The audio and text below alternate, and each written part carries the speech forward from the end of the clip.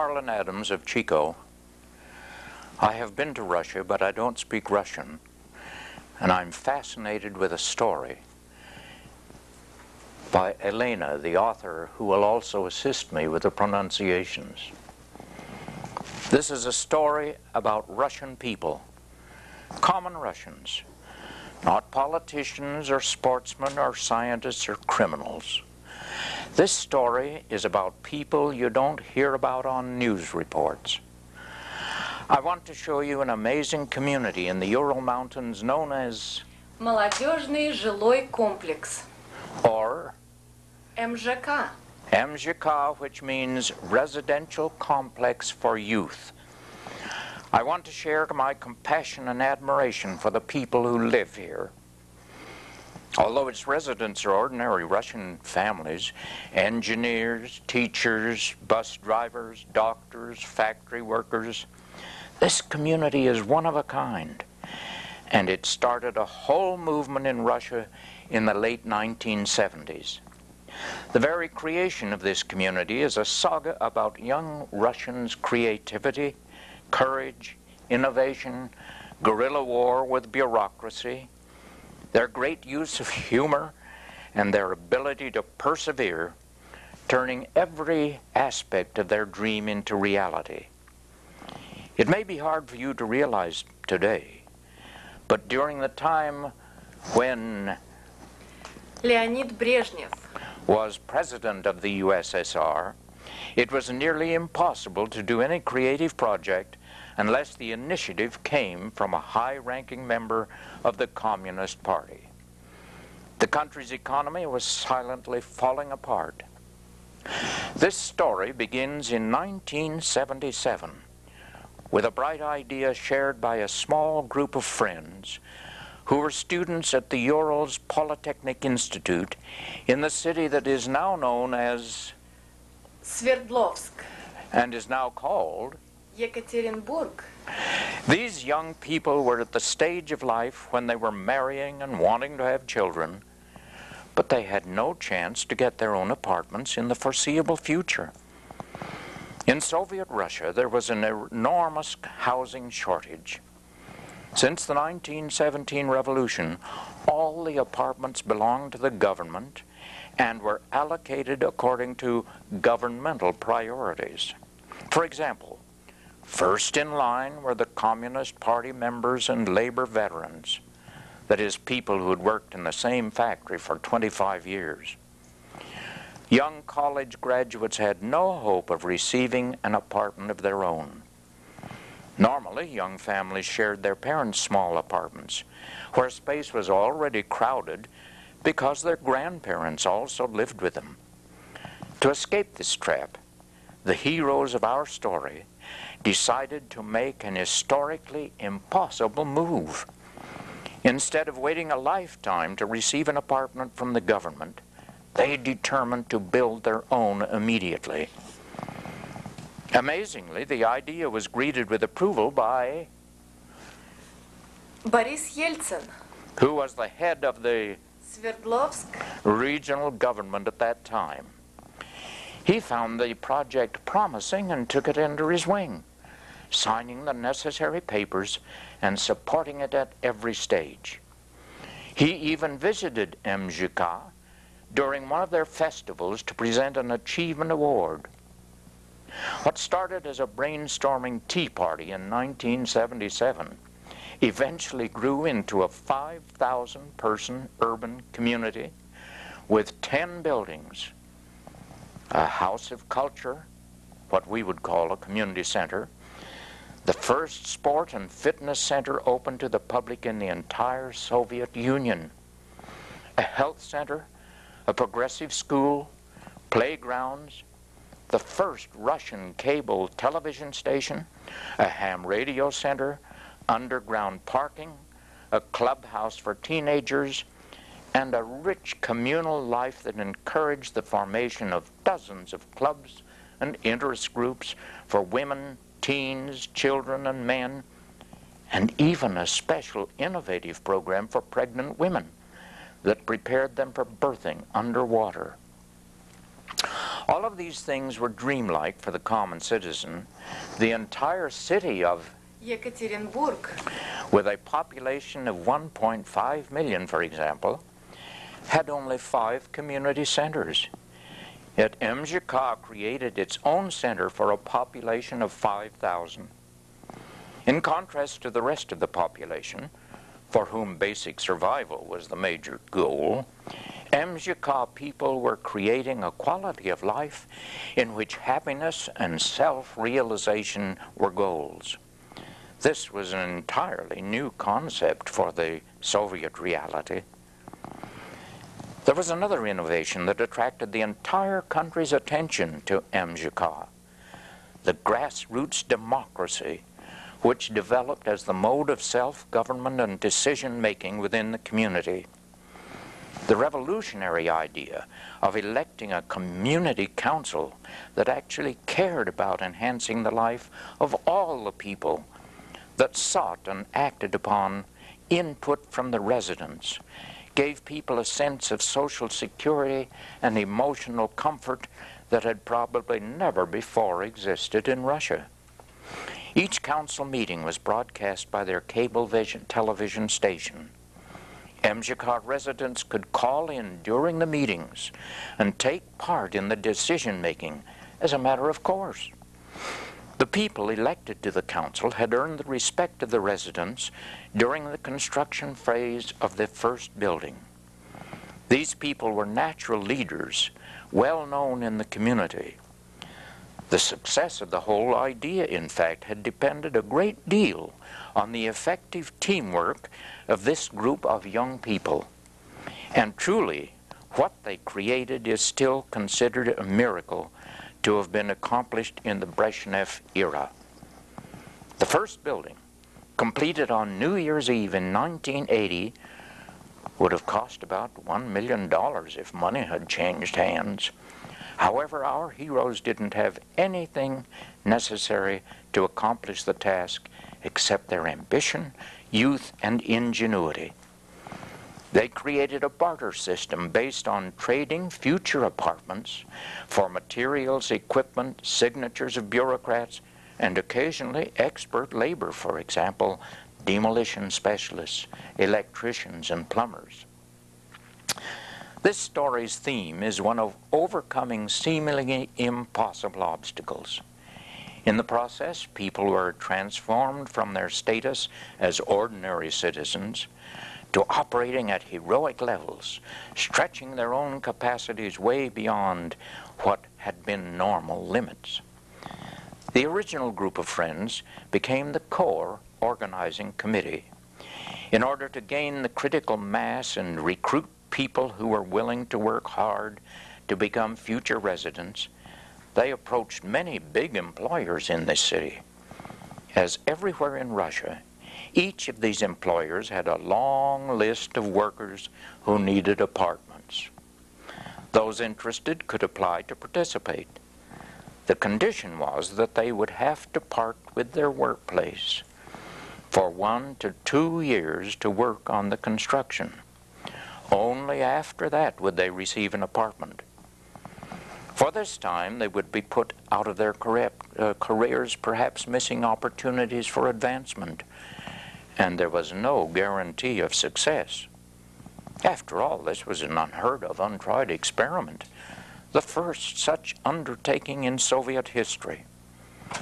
The people who applied were all risk-takers with strong pioneer spirit and a very active approach to life. Recruiting the future residents, however, was only one of the many initial tasks. The organizing committee had to gain credibility. This it did through hard work. Everyone who was part of the MGK project achieved such efficient, high-quality results that they rapidly earned respect throughout the city. Another initial task was finding seed money for the project. In Russia, the fiscal year is January 1st through December 31st. Unspent funds are not carried forward, but are lost to the recipient organization. The organizing committee identified a few organizations with unspent funds and persuaded them to give a total of 100,000 rubles, worth about $100,000, to the MGK projects. They used some of the money to hire architects who designed a gorgeous town of the 21st century in record time. But the city bureaucrats could not allow some young graduates to have anything like that. Instead, they advised them to settle for something normal. The plan was changed to a standard, huge, 9-story apartment building. There are only a few types of buildings in Russia. They are all the same all over the country. The committee selected the most modern design, but they found out right away that there weren't enough factories to build the necessary parts. The construction they chose is basically a metal frame with concrete panels between sections of the frame. They went to a factory that produces this metal construction, and they arranged to add a special shop to the factory to produce the metal frames for MGK. The factory managers allowed the workers to teach the MGK teams all the operations. It is documented that they learned about 20 times faster than normal trainees. Initially, when they approached the factory manager with their idea, they were given a little task which should have taken 2 days to complete. They were told, if you can handle this, come back in 2 days and we'll give you a new assignment. They returned with the completed job in 4 hours. Next, the factory gave them a job expected to take 2 months. The MGK teams, highly motivated and enthusiastic, wasted no time and finished it in 17 days. The first MGK team soon dubbed them fighters. These steps were necessary in order to get the building materials. Under the Soviet economic system, they could not just order what they needed. Everything that plant was producing was already designated for different developments for the next 5 years.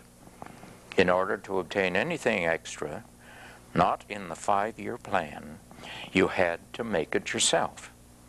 Thus, they built an entire shop for the factory. There were only 5 shops at the factory originally.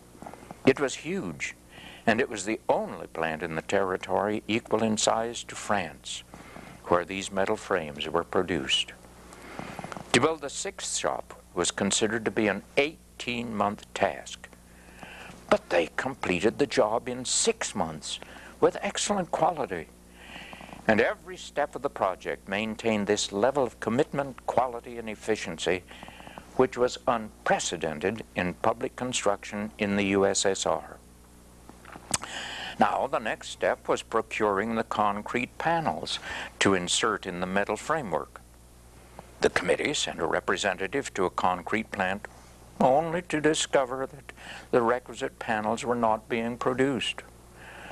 Rather than settling for poorer quality product and going to the end of the waiting list, an MGK team quickly added an extra shop to the plant to produce exactly what they needed. It was like that at every single step. When they needed floors, the local woodworking company didn't have the right materials, so a team of MGK workers built the floors themselves. Not only were they not given everything, but they had to start almost every step at the point of manufacture and fabrication. In a country in which there is a total shortage of everything, you can't just ask for something and receive it. First, you have to get permission to request it, then get permission to make it, then teach yourself to make it, and then make it. Even the land that the city gave for the MGK community required heroic efforts to prepare as a construction site. It was a beautiful piece of land on the edge of a forest near a large lake. It was on the outskirts of the city and completely undeveloped. There were no roads and no utilities. A thin layer of soil hid a base of solid granite. Negotiations with the granite cost the committee a few apartments, which were promised to some demolition experts. They dynamited so thoroughly that everything was almost in sand. Next, the sand had to be removed by specialized machinery. Somebody remembered that a neighborhood nearby was under development and it was on a marsh. Sand was needed to fill this swampland. The committee offered the sand to their neighbors who needed it. Their workers, using all their equipment, trucks and excavators, arrived and removed the sand. They even helped MGK by using their machinery for some of the pre-construction steps. So, in exchange for their sand, the fighters obtained the tools and training to do more steps. Finally, everything was ready, and the metal framework and concrete panels were put in place. By the middle of November, it was time to make the actual apartments, to do the inside work, wallpaper, windows, bathrooms, and kitchen equipment. There were 213 apartments in this building, and it usually takes about 7 months to complete that much work. But MGK had less than 7 weeks. The commissions that approved the work travel all over the country on December 31st, approving buildings that are finished. In order to meet this deadline, incredible, superhuman efforts were sustained for a month and a half. Completion of the apartments became the entire life focus for those involved in the work. They called this first structure their newborn. Possibly never in the history of Russia have so many people worked on one building at the same time. Everything was organized. There was no chaos or disruption. The work went on 24 hours a day. It gets dark there in December at 3 o'clock. And it's cold. This is the Russian winter. These people were working in just T-shirts because they had to carry heavy cement and other materials and equipment, and bulky clothing would hinder them. The teams worked in 2 12-hour shifts. Many of those who came to work on the first building weren't supposed to be there because they were candidates for the second and third buildings. But they understood that if this building wasn't finished and approved by December 31st of that year, they couldn't get approval to occupy it until the end of the next fiscal year.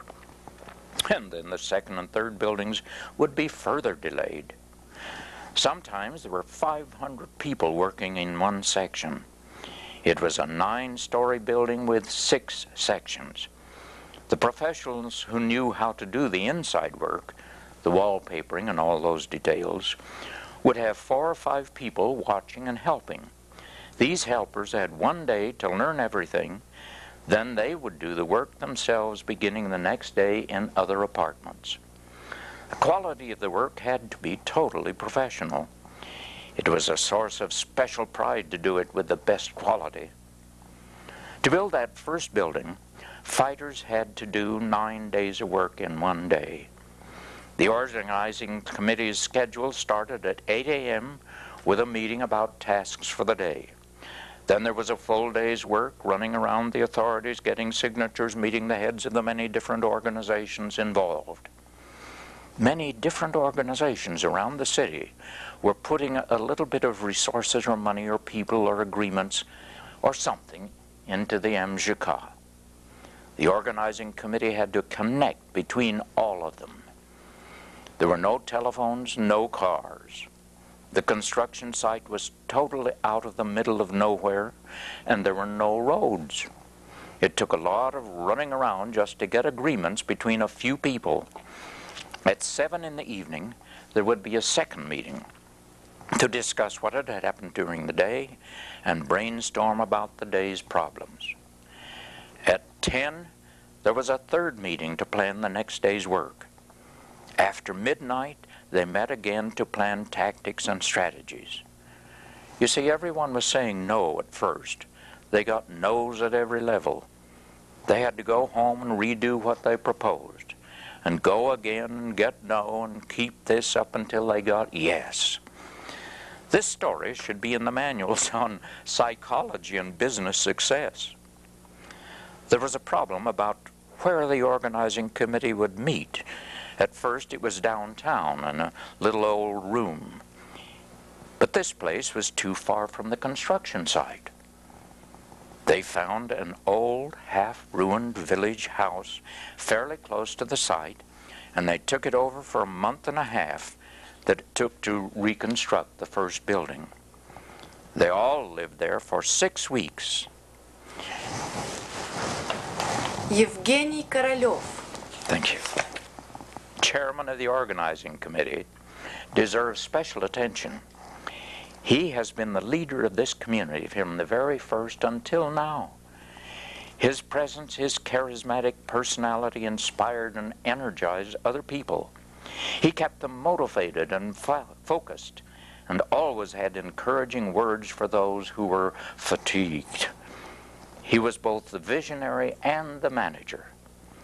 While keeping the big picture in view, he also knew who was supposed to be doing what and how it should all fit together. What this organizing committee of a dozen individuals accomplished was equal to the results of work of an entire research institute. They put together the plan and kept every step flowing, and they were in touch with every single obstacle. The Russian winter weather provided more challenges. That's why the workers called themselves fighters, because all the obstacles made the project look like a war zone. For example, when the construction was going on, there was only steam heat installed and the water would freeze. It wouldn't go through the pipes. But you can't put wallpaper on frozen walls. It will peel right off. So they had to go from apartment to apartment with portable heaters. They would heat up the apartment, do everything inside, close it up with a key, go to the next apartment, heat it up inside, and keep going on like that. Eventually, they made a furnace with a huge fan. It sent hot air up to heat a whole section. Now the roof presented another challenge. It was snowing constantly every day. They had to put huge tents over a section at a time, dry up the section, install the roof, and then move the tent. They constantly worked in these severe weather conditions. After the first building was finished, there was a forest on one side and huge broken rocks on the other. They couldn't be leveled without using dynamite again. Who knew what that would do to the finished building? So they drew a picture of a beautiful playground on different levels. From one side it looked like a huge ocean ship with tall sails, and from another side it was like a fort with many levels. They built it out of snow at first and gave the idea to the inspectors. Later on, in the summer, they built the fort out of big rocks. One apartment was reserved for a kids' club. It had beautiful paintings on the walls and even a playground gym. It was run by parents and it was available from 5 p.m. to 9 p.m. This wasn't paid child care. The families took turns providing the supervision. In view of the extreme housing shortage in Russia, the decision to make an apartment into a child care center was considered by most outsiders an unaffordable luxury. However, this decision was an example of the MGK mentality. When the inspectors came to approve the completion of the building at 3 p.m. on December 31st, everything was spick and span, ready. The inspectors came and they were totally stunned. They couldn't believe that out of nothing, in the middle of nowhere, there was this 9-story, 6-section building erected in no time. It even had this incredible child care space and the fort. And someone had placed a Christmas tree on the top of the fort. Everyone gathered for the triumphal moment. The keys to the apartments were finally in their hands. Korolev spoke to the gathering. His words were very warm and grateful and touching, and people's eyes were full of tears. Then they all went home to sleep, sleep, sleep. But by midnight, which was New Year's Eve, there was a crowd of a few hundred people at the building. They came just to touch it, to look at it. Yes, it's real. It happened. It's here. Then there was a moving in, all 213 apartments at once. It was highly organized, full of fun, excitement, and creative cooperation. Everybody celebrated with a wonderful housewarming party. This festive atmosphere remained with them for years. On weekends, they gathered for family fun games and competitions. They discovered they could play as wholeheartedly as they worked. What felt like the end of the story, however, turned out only to be the beginning. The women wrote the next chapter. They had become good friends. They began by organizing themselves into a women's club. Рябинушка. They set up classes for themselves: sewing, drawing, painting, macrame, cooking, aerobics, parenting, and others. They taught each other, sharing freely without the exchange of money. One of the women who emerged as a leader and organizer Is Larissa Leonova. in 1988, Larissa organized the Global Family Center in MGK, which is dedicated to individual growth and to the spiritual and cultural developments of families. Global Family is part of an international network of holistic centers. Regular programs at the center are: 1, family health, which includes lectures, consultations, group work, and a library. They discuss folk medicine and psychological aspects of disease. 2, conscious parenting, which prepares the couple during pregnancy for a natural, healthy home birth. 3, spiritual and cultural program, which offers workshops on spiritual practices from all over the world and teaches traditional Russian folk arts. 4, citizen diplomacy, which establishes exchange with international organizations. And 5, the business seminar, which organizes and conducts training on successful business practices. Рябинушка. Has hosted all the many festivals put on at the MGK. When the weather is warm, tables filled with all kinds of food prepared by Rabunushka women are set up outside. Talent shows are organized. There are balloons and decorations everywhere. People wear costumes. Music is playing. The organizing committee came to her and asked the women, "What can we do for you?" The women had a meeting to develop a wish list.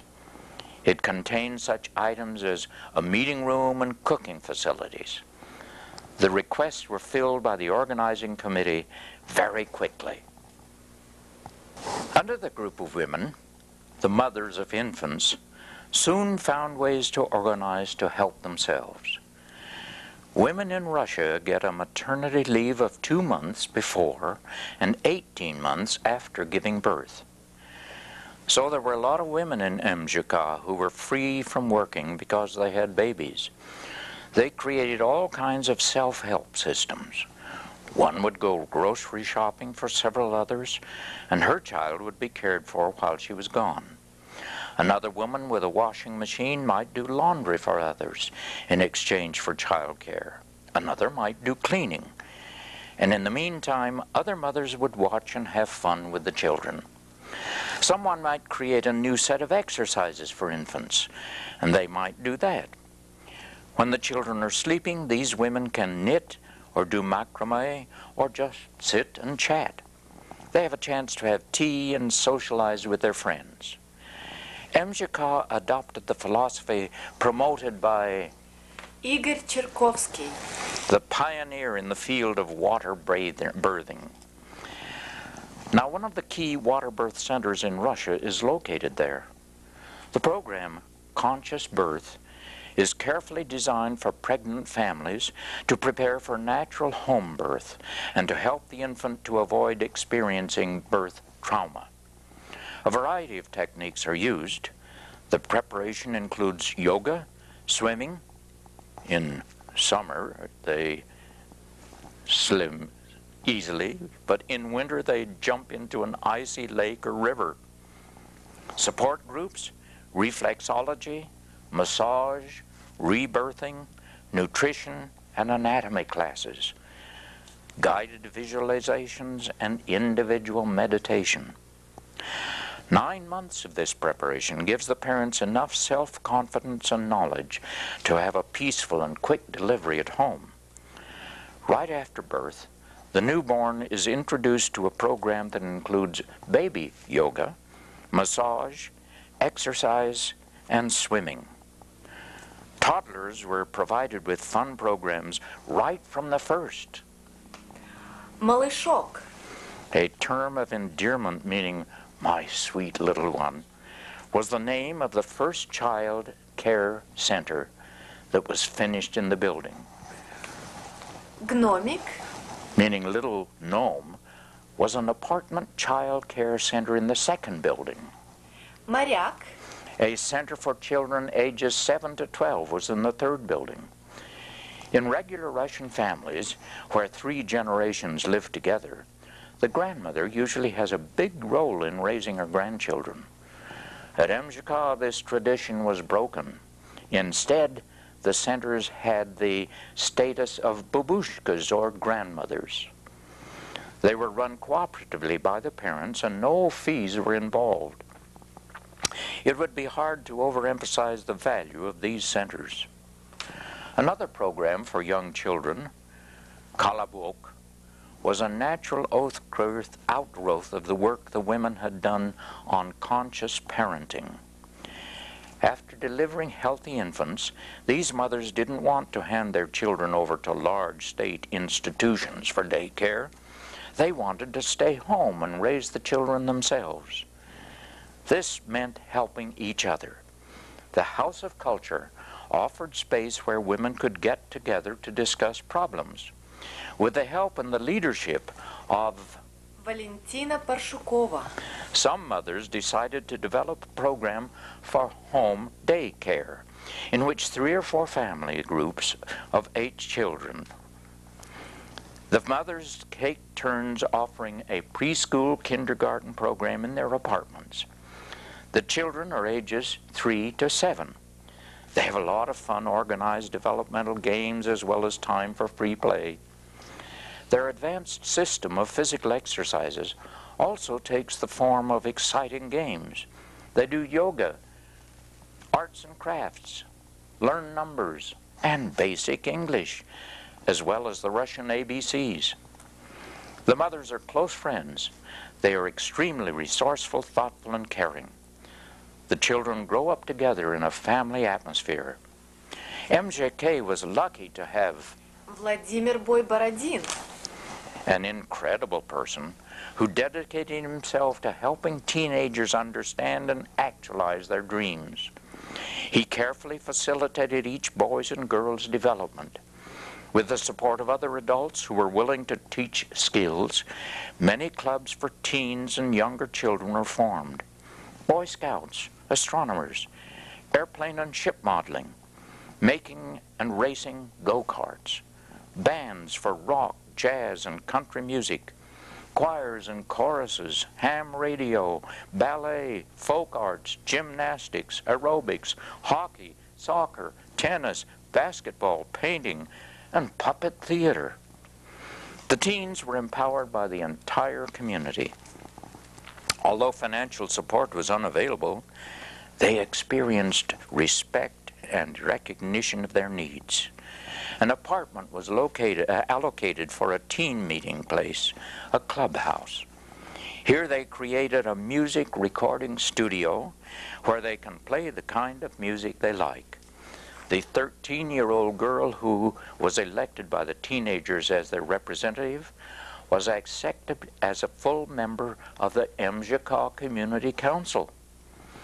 When the first telephones were distributed to the council members and the other most active people in the community, she was one of the recipients. One of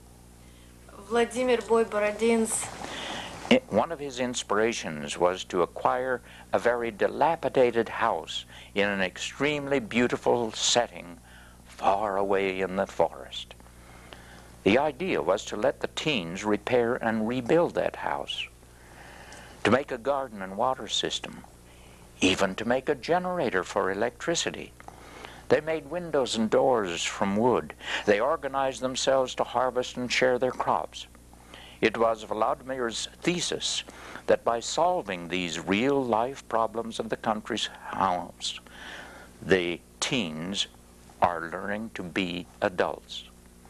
Vladimir's motto is, try to do the impossible in life, and you will achieve the most. He also has another valuable image, that working with teens is like running ahead of the horse. Children are constantly evolving, and the adult's task is to go ahead of them. True to their innovative spirit, MGK residents were very dissatisfied with the conventional public schools. Although the academic content was very good, there was a thick layer of politics that permeated every subject. Using their tried and true method of problem solving, they decided to brainstorm the possibility of creating their own system of education.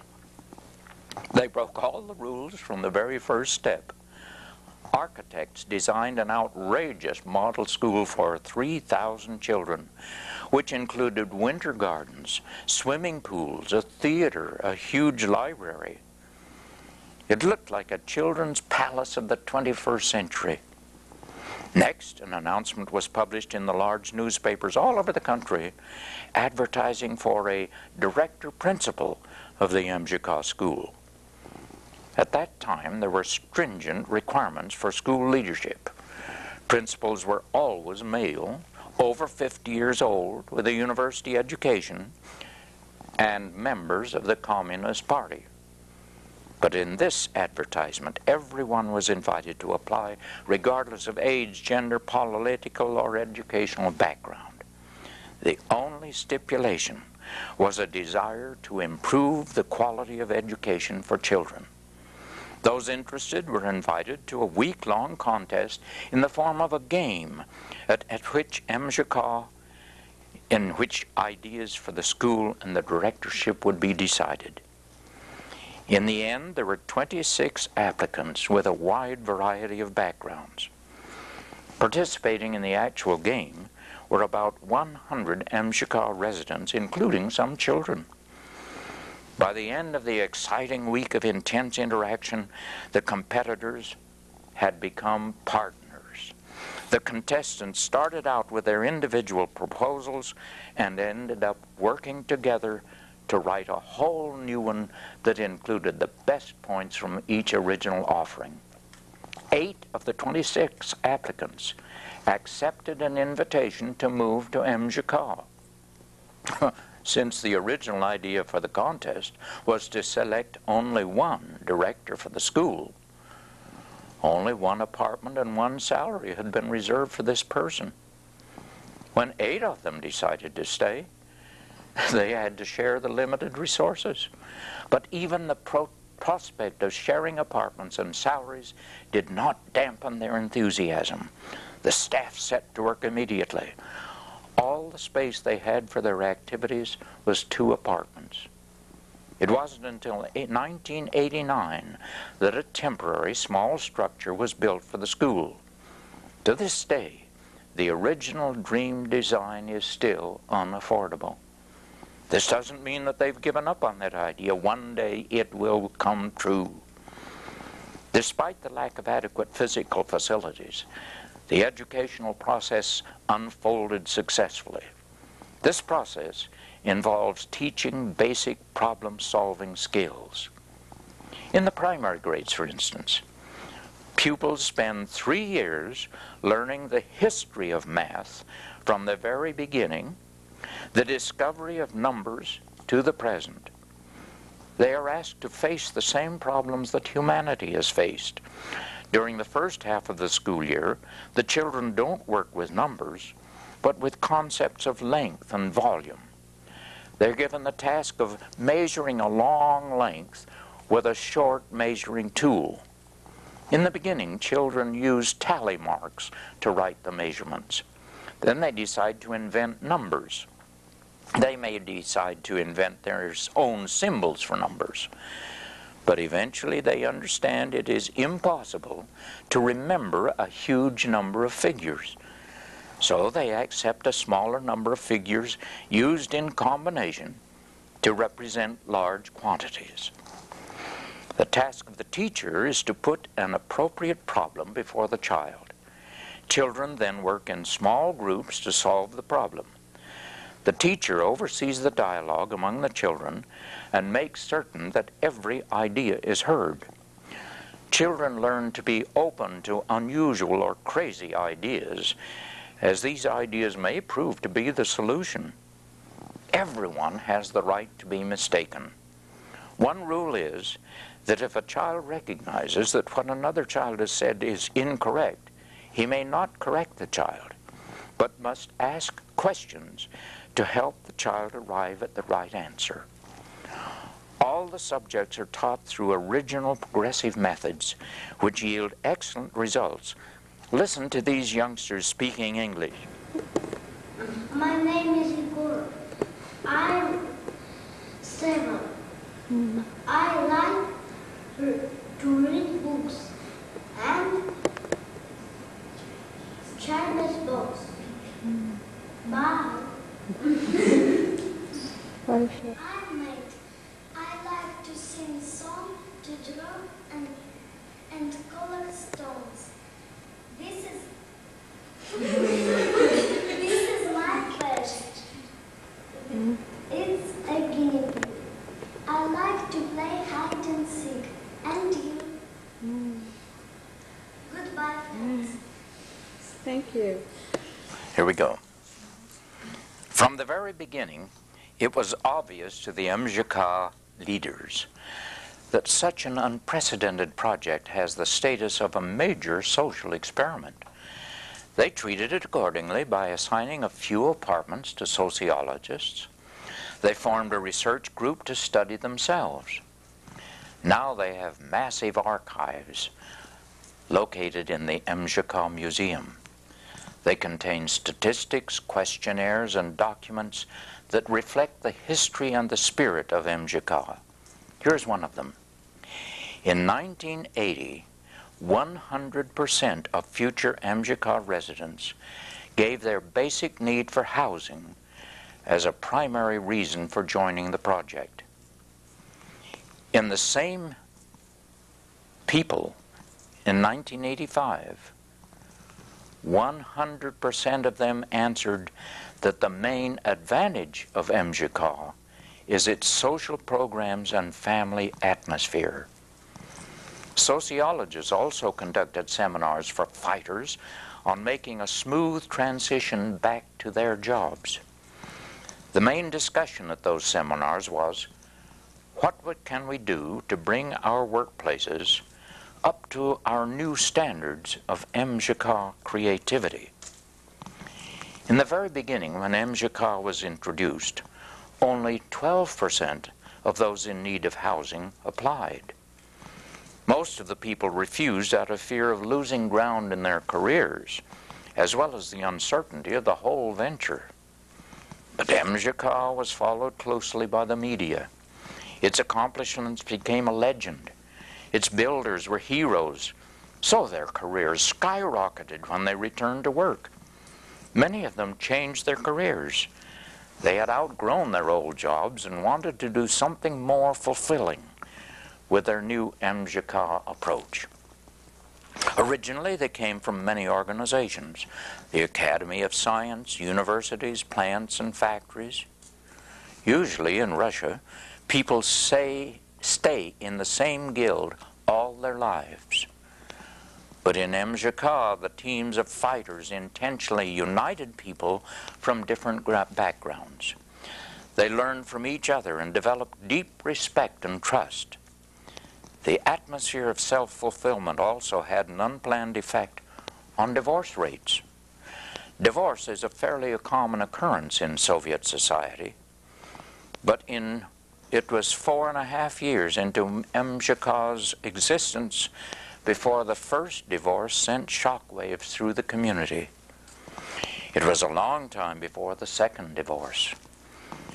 After that, the divorce rate stayed at a very low percentage compared with the rest of the country. MGK was also a crime-free zone in the beginning. All the residents knew each other. Doors were not locked. Everyone felt very secure. Any outsider would be noticed and would be warmly greeted. In 1984, some men of MGK organized the business clubs to discuss new scientific inventions, problems at the workplace, how to repair a car, or heal a marital relationship. Sometimes the club would come up with an idea for MGK as a whole and presented it to the council. For example, after a few years, when some residents had acquired cars, they realized there was no parking space, no garage, nothing in the project to accommodate cars. A meeting was called and everyone brainstormed until a solution was found to build underground parking under the hockey court. There was also a father's support group, a unique approach to fathering, not commonly found in Russia. Besides these two clubs, all sorts of activities happen at the House of Culture. When it was created as a community center for 5,000 people in the middle of the forest, nobody could have imagined that it would grow into an international center serving more than 100,000 people.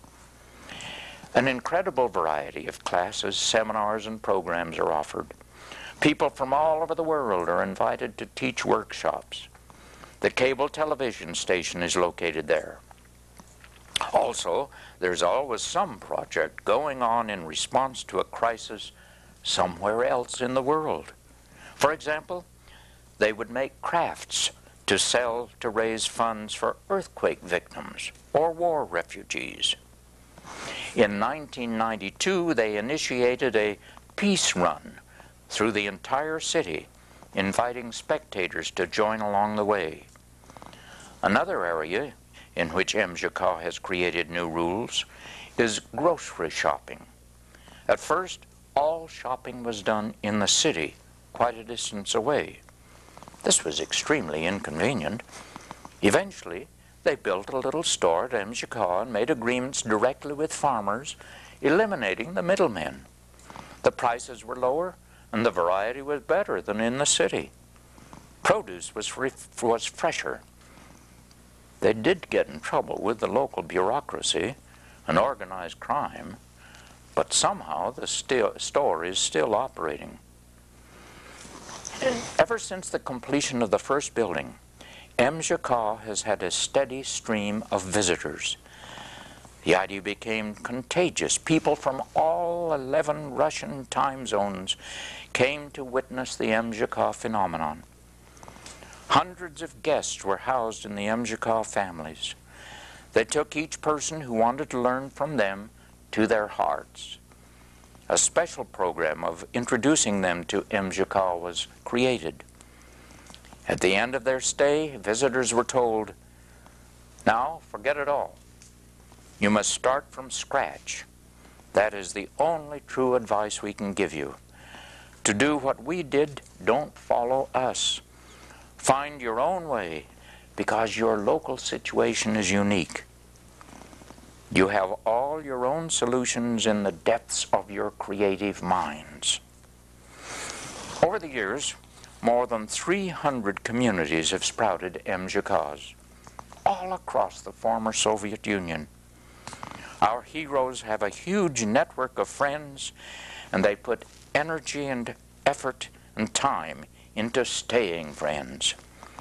Every other year there is a week-long festival for all the MGKs. It's a beautiful and powerful event that requires a lot of preparation. Teams from different MJKs go to the host one, present their entertainment programs, share stories, meals, and all kinds of games and activities. They even vacation together. They hike, ride horses, or swim in the Black Sea. They decorate their communities beautifully for every festival. Compared to the rest of the country, which only celebrates a couple of revolutionary holidays, New Year's Eve and Women's Day, MJK residents use every possible excuse to have fun. They celebrate the beginning of the school year, graduations, every building's birthday, the harvest, spring, and so on. On weekends, they organize fun competitions between teams of families, like sack races and crawling on the ground blindfolded. Children are delighted that their parents are playing with them in the silly competitions. In winter, they pay respect to cultural tradition of swimming in ice holes. Sometimes, in the midst of the worst oppression, the human spirit finds its greatest expression. MJK was an accomplishment of heroic proportions. The success of this project was achieved because a few thousands of people were able to get together, leave their fears and doubts behind, and work together for a few years in total commitment, stretching themselves beyond imagination. Listen to what some of them say. It is impossible to live passively in MJK because every single person feels the importance of his or her presence. Or this one. We know that our presence makes a difference, and everyone here feels personally responsible for the success of the whole social experiment of MJK. And if I feel like that, and if I know that 5,000 other people feel like that, it makes all the difference. Or this one. We want to teach our children how to be happy. Education is a secondary effect. Our priority is to teach them how to be happy, something that we were never taught in school. We believe that our community is able to solve any complicated problem. That confidence is based on the well-functioning built-in mechanism for improving this flexible living system. These were the organizing committee, later the community council, which provided the technical aspects, the sociological research group that collected and analyzed information and made recommendations and predictions. And the most important third component was the residents' willingness to try new things. Life at MJK has been affected by the chaotic changes in social, political, and economic life of Russia that have erupted since 1989. Everyone in the former USSR lives as though walking on a minefield. Everything changes radically from day to day. At times like this, it is especially helpful to feel the solidity and support of friends and neighbors. Today, MJK is still a dynamic, evolving social entity caught in the matrix of agonizing political and economic upheaval. The challenge is to continue the energy, the magic that created MJK originally and has sustained its residents emotionally and spiritually over the years. A wonderful story. Thank you very much.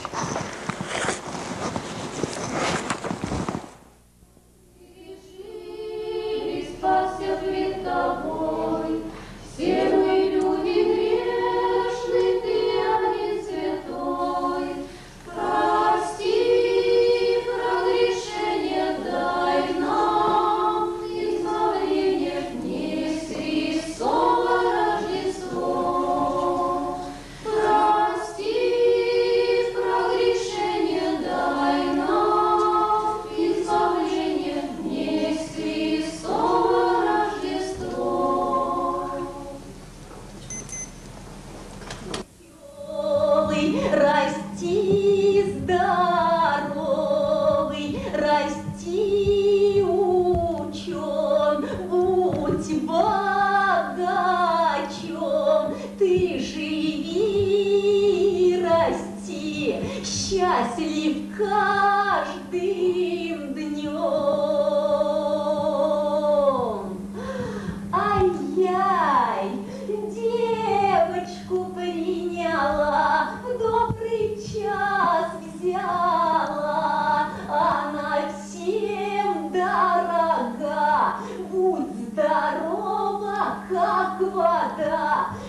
Будь богата, как земля, будь красна, как весна, что отныне и во веки веков хорошо было тебе и